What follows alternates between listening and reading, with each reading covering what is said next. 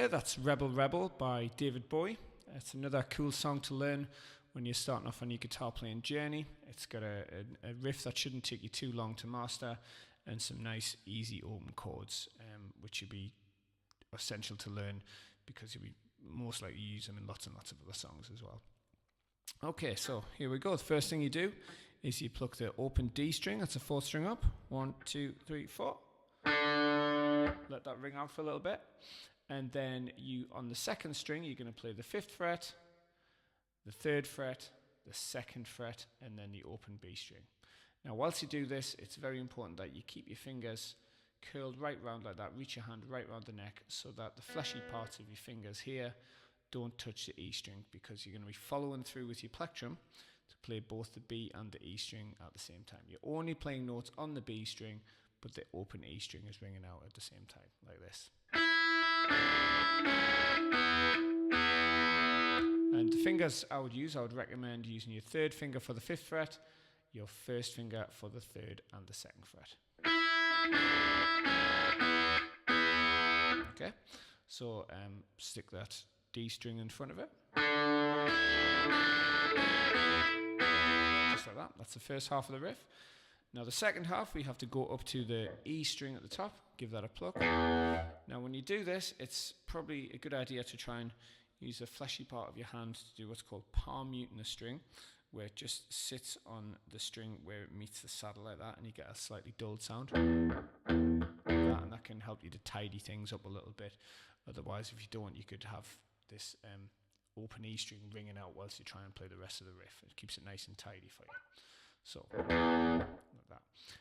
And then that's followed up with the 2nd fret on the B string. That's the 2nd string, the open B string. The 1st fret on the G string. The 2nd fret on the D string. So we're going 2, open, 1, 2, just like that.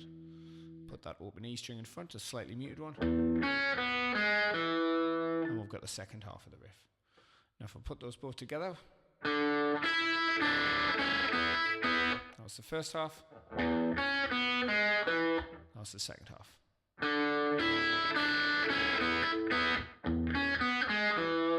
Okay, and you just repeat that over and over again.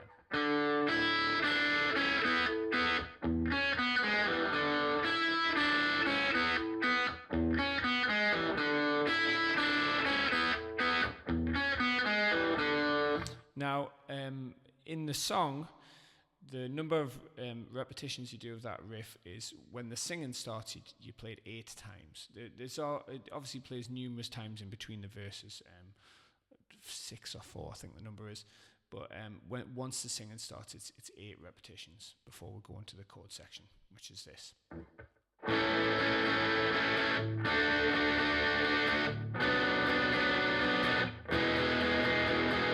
Start off with the A chord. That's the 1st, 2nd and 3rd fingers on the 2nd fret of the D string, G string and E string, just like that, all down in a line. I like to call this chord down the stairs. And the rhythm that we do with this is to go down, down, up, up, down, strumming from the 5th string if we can. Try not to hit the E string because it doesn't sound too great. Now, because there's quite a little bit of overdrive on my guitar sound there, and it's got an overdriven sound on the record, you've got to be careful to try not to let all the notes ring together too much. You've got to try and harness the sound of that a bit by using some, muting from either hand. And then we go to the D chord, which is, I like to call this the little triangle, which is the 1st finger on the G string at the 2nd fret, 2nd finger on the E string at the 2nd fret, and then the 3rd finger on the B string at the 3rd fret. Try if you can to strum 4 strings with this chord. It's okay if you hit 5, that can give it a little bit of beef in the bottom end, but try not to hit the 6th string at the top. It sounds a little bit out of tune when you do that. And again, just do that rhythm, down, down, up, up, down. So A to D. Now on to the B minor chord. Now this is a full B minor bar chord I'm going to do. You're going to get your 1st finger and hold that across the 5th, 4th, 3rd, 2nd and 1st, all those 5 bottom strings at the 2nd fret like that. And then with your other 3 fingers, you're going to make the rest of the chord shape. So the second finger goes on the third fret of the second string, the third finger goes on the fourth fret of the fourth string, and then the little finger goes on the fourth fret of the third string, just like that. Again, trying only to strum 5 strings. If you've got your finger correctly on this, what you should probably get is that the top of your first finger just slightly mutes the E string. So if you do happen to accidentally hit that through when you strum it, it shouldn't make a sound. It'll come out nice and clean. So that's that rhythm again. Down, down, up, up, down. And then the final chord is to go to the E major chord, which is this one here. First finger on the first fret of the G string, second finger on the second fret of the A string, and then the third finger on the second fret of the D string, like that. Same rhythm, but you can strum all 6 strings this time. So if I put that together, you've got something like this.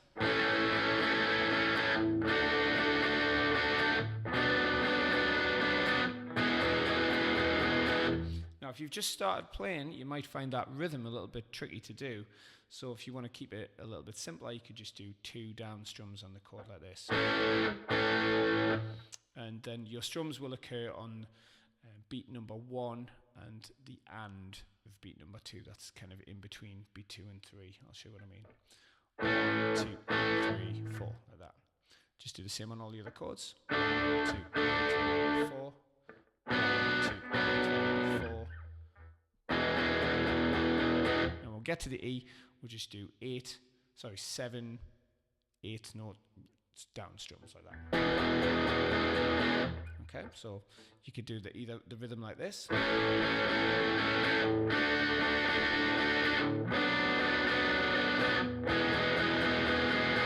or like this.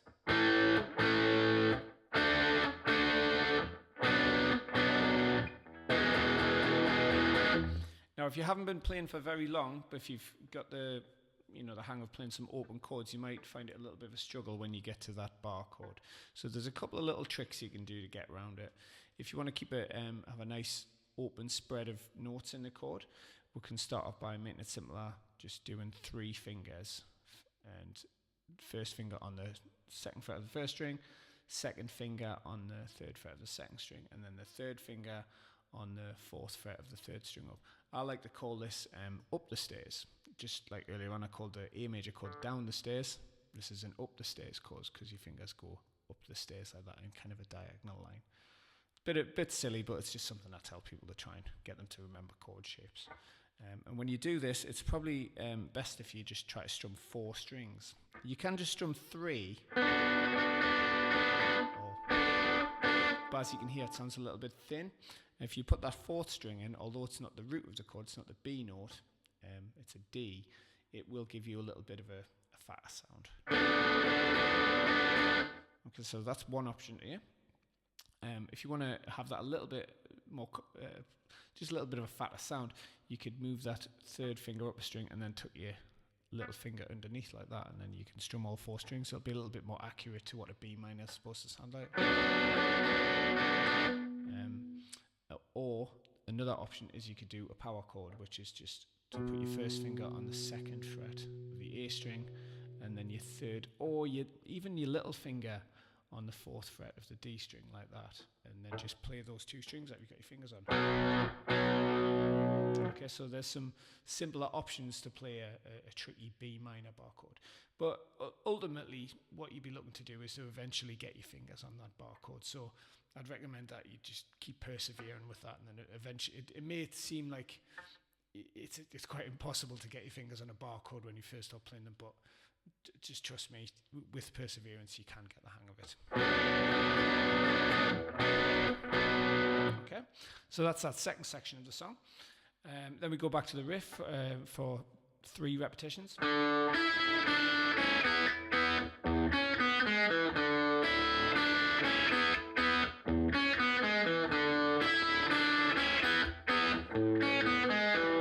And then we finish off with a D chord for the count of 4 into another E chord before grabbing the 3rd fret on the lower E string, giving it a little bend, and that allows us to sort of clang back into the start of the riff again like this.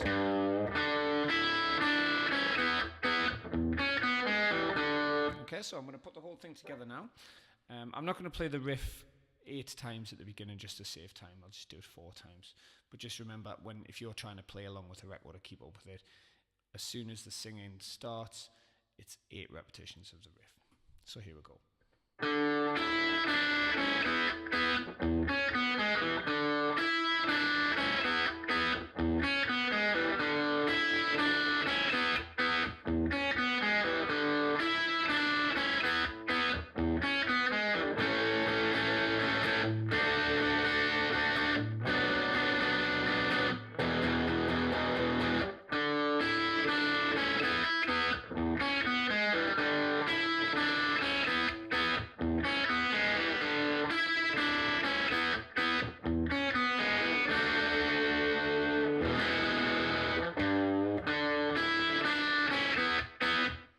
Okay, so that was Rebel Rebel by David Bowie. Hope you enjoyed that. Just take your time learning it. Go start off nice and slow. Try not to rush it. Try not to go too fast when you're getting your fingers on, trying to get your plectrum around things. And then once you've got it under your fingers, just speed it up gradually and try and fit together with the chord sections of the song. Okay, so I'll enjoy that, have fun playing that, and I'll see you soon for another lesson. Thank you very much.